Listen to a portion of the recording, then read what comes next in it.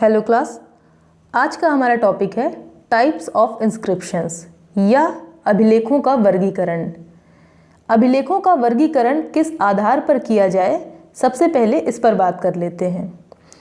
इसके लिए दो आधार स्वीकार किए जा सकते हैं। पहला तो वो कि अभिलेख जिस सामग्री पर उत्कीर्ण है उसी के नाम पर अभिलेख का वर्गीकरण कर दिया जाए। जैसे मान लीजिए, अगर किसी शिला पर लेख उत्कीर्ण है तो उसे कह दिया गया शिलालेख। इसी तरह से किसी स्तंभ पर लेख उत्कीर्ण है तो स्तंभ लेख, ताम्रपत्र पर उत्कीर्ण है तो ताम्रलेख, या फिर मूर्तियों पर अगर लेख उत्कीर्ण है तो उसे मूर्ति लेख कहेंगे। तो ये वर्गीकरण सामग्री के आधार पर किया गया है। और दूसरा तरीका ये है कि उन लेखों को एक वर्ग में रख दिया जाए जिनका विषय एक है। जैसे मान लीजिए, कुछ अभिलेखों में धर्म संबंधी बातें पता चल रही हैं तो उन्हें धार्मिक अभिलेख के अंतर्गत रख दिया गया, या फिर कुछ ऐसे अभिलेख जिनसे व्यापार संबंधी गतिविधियों की जानकारी मिल रही है तो उन्हें व्यापारिक अभिलेखों की श्रेणी में रख दिया जाए। विषय के आधार पर किया गया ये वर्गीकरण पहले की अपेक्षा अधिक अच्छा और वैज्ञानिक है। यहाँ हमने विषय के आधार पर वर्गीकरण किया। इसमें सबसे पहला है प्रशस्ति अभिलेख। प्रशस्ति क्या है? प्रशस्ति से तात्पर्य है प्रशंसा से, अर्थात प्रशस्ति लेख में राजा की प्रशंसा की जाती है। इसमें भी दो प्रकार हैं। पहले प्रकार में राजा की प्रशंसा होती है और दूसरे प्रकार में राजा के गुणगान के साथ साथ उसके जीवन चरित्र पर, उसकी नीतियों पर, धर्म पर, परिवार पर, उसकी विजयों के बारे में पूर्ण विवरण दिया जाता है। तो इस तरह लिखा गया अभिलेख भी प्रशस्ति की श्रेणी में ही आता है। जैसे उदाहरण के रूप में हम देख सकते हैं समुद्रगुप्त की प्रयाग प्रशस्ति लेख, जहाँ पर समुद्रगुप्त की विजय, उसकी आर्यावर्त, उसकी दक्षिणापथ की विजय, उसके चरित्र के बारे में, धर्म परिवार के बारे में, गौरव गाथा इत्यादि का उल्लेख किया गया है।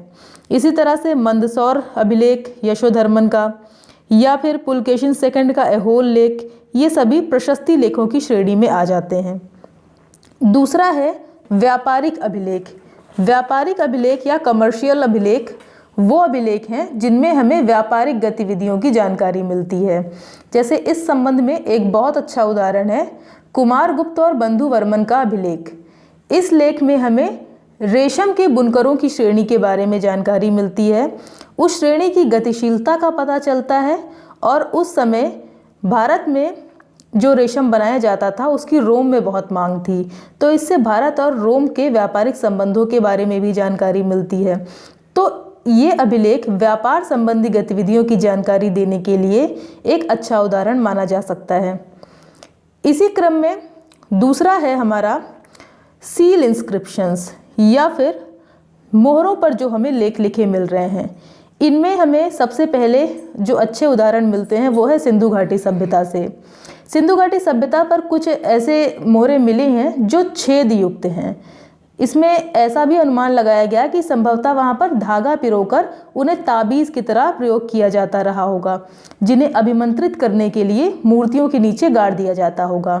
क्योंकि सिंधु घाटी सभ्यता में हमें ऐसे भी ढेर मिले हैं जहाँ पर मोहरों के ऊपर विचित्र पशु आकृतियाँ बनी हैं, जिनका संबंध संभवतः किसी तांत्रिक भावना से रहा होगा। ऐसा उनको देख के अनुमान लगाया जा सकता है। इसी तरह से अभिलेखों के इस चौथे वर्ग में आता है धर्म अभिलेख या कल्टिक इंस्क्रिप्शंस। कल्टिक इंस्क्रिप्शंस वो लेख हैं जिनका विषय मूल रूप से धार्मिक है। जैसे कि अगर हम देखें तो अशोक के लेखों को धम्मलिपि कहा गया है। वह पहला ऐसा शासक था जिसने अभिलेखों के माध्यम से अपने धम्म का प्रचार प्रसार किया। उसने पत्थरों को माध्यम बनाया अपने धम्म का प्रचार प्रसार करने के लिए।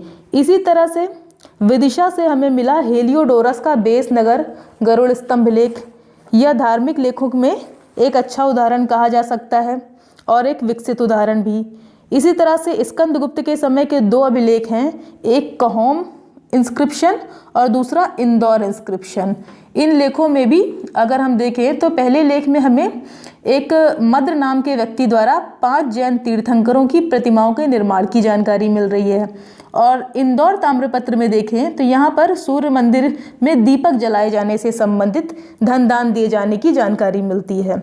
तो ये सभी इंस्क्रिप्शंस हमारे धार्मिक लेखों की श्रेणी में आ जाते हैं। पांचवा है हमारा एडमिनिस्ट्रेटिव रिकॉर्ड्स या फिर प्रशासनिक अभिलेख। प्रशासनिक अभिलेख अगर देखें तो इस प्रकार के लेख में धर्म और आचार से प्रभावित होकर लेख लिखे गए, लेकिन कुछ ऐसे भी हैं जो स्थानीय भावना से संबोधित होते थे। जैसे इन्हें जहाँ भी क्रियान्वित करना होता था वहाँ के अधिकारी को वो संबोधित होते थे। शिला स्तंभ और मूर्तियों की पीठिका आदि पर ये उत्कीर्ण कराए गए। इनमें हमें कुछ अच्छे उदाहरण मिल जाते हैं, जैसे अशोक का दूसरा शिलालेख हम देख लें। यहाँ पर अशोक के लेखों में तोसली के महामात्रों को भी संबोधित किया गया है। अगर दूसरे शिलालेख की बात कही जाए तो यहाँ पर हमें कुछ दक्षिण भारतीय राज्यों का भी उल्लेख मिलता है। इसी प्रकार से शासन संबंधी लेखों में रुद्रदामन का और स्कंदगुप्त का जूनागढ़ अभिलेख है, जिसमें हमें सुदर्शन झील के बांध का टूटना, उसके पुनर्निर्माण की चर्चा मिलती है। तो ये सभी अभिलेख प्रशासनिक लेखों की श्रेणी में आ जाते हैं। इसी तरह से अगला है हमारा समर्पणात्मक लेख या फिर डिवोशनल इंस्क्रिप्शंस। जैसा कि नाम से ही पता चल रहा है, इनका ये किसी के प्रति समर्पित हैं। जैसे इनका मुख्य विषय हो गया मूर्तियों की स्थापना या मंदिरों का निर्माण इत्यादि। कभी कभी मूर्तियों पे, गुफाओं पे और मंदिरों पर इस तरह के लेख उत्कीर्ण किए जाते हैं जो धर्मानुयायी को समर्पित किए जाते हैं। जैसे यहाँ हमने कुछ उदाहरण दिए हैं। पिपरवा धातु मंजूषा लेख, ये गौतम बुद्ध की अस्थियों की स्थापना का उल्लेख करता है। इससे हम समझ सकते हैं ये महात्मा बुद्ध को समर्पित है। इसी तरह से और अच्छा उदाहरण इसका बेसनगर गरुड़ स्तंभ लेख या फिर कुमारगुप्त और बंधुवर्मन का मंदसौर अभिलेख, ये सभी अभिलेख समर्पणात्मक लेखों की श्रेणी में आ जाते हैं। अब हम बात करते हैं मेमोरियल इंस्क्रिप्शंस की। मेमोरियल या स्मृत्यात्मक लेख वे अभिलेख जो किसी की स्मृति में या उसके सम्मान में जारी किए गए हों, उसे हम मेमोरियल इंस्क्रिप्शन कह सकते हैं। जैसे इसमें एक बहुत अच्छा उदाहरण है अशोक के समय का रुम्मिनदेई लेख। रुम्मिनदेई आधुनिक लुम्बिनी ही है। ये अभिलेख महात्मा बुद्ध की स्मृति में जारी किया गया है, और यहाँ पर हमें जो लेख मिल रहा है उसमें लिखा है हिंदू बुद्ध जाते साक्य मुनिति।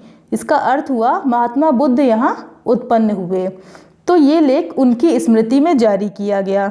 इसी तरह से एरण अभिलेख, ये यहाँ पर गोपराज नामक व्यक्ति जो कि मैत्रों से युद्ध करता हुआ मारा गया था और उसके मृत्यु के बाद उसकी पत्नी सती हो गई थी, तो उसकी स्मृति में ये लेख जारी किया गया। तो ये दोनों ही लेख स्मृति परक अभिलेखों की श्रेणी में आ जाते हैं। इसी तरह से अगला है हमारा लैंड ग्रांट या फिर दान शासन लेख। दान शासन लेख मूलतः वे अभिलेख हैं जिन्हें दान देने के संदर्भ में उत्कीर्ण कराया जाता था। जैसे अगर हम देखें तो इस तरह के अभिलेख सातवाहनों के समय से लेकर मध्यकाल तक मिलते ही रहते हैं। ये दान या तो किसी धार्मिक कार्य के निमित्त दिए जाते थे या फिर किसी पवित्र निर्माण के उद्देश्य से दिए जाते थे। भूमि दान देने की परंपरा भी रही। तो इस तरह के जो लेख थे वो सातवाहनों के समय से हमें मिलते हैं। इनमें अगर एक बहुत अच्छा उदाहरण देख लें भूमिदान संबंधी लेख का, तो वासिष्ठी पुत्र पुलमावी का नासिक अभिलेख है जो कि 149 ईस्वी का है।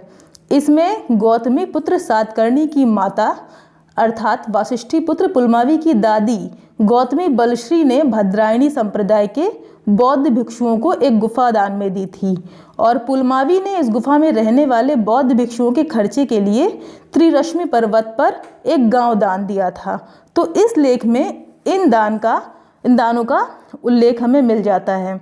इसी तरह से कुमारगुप्त प्रथम का दामोदरपुर ताम्रपत्र लेख है, प्रभावती गुप्ता का पूना ताम्रपत्र लेख है। ये सभी अभिलेख दान संबंधी लेख या दान शासन लेख कहे जा सकते हैं।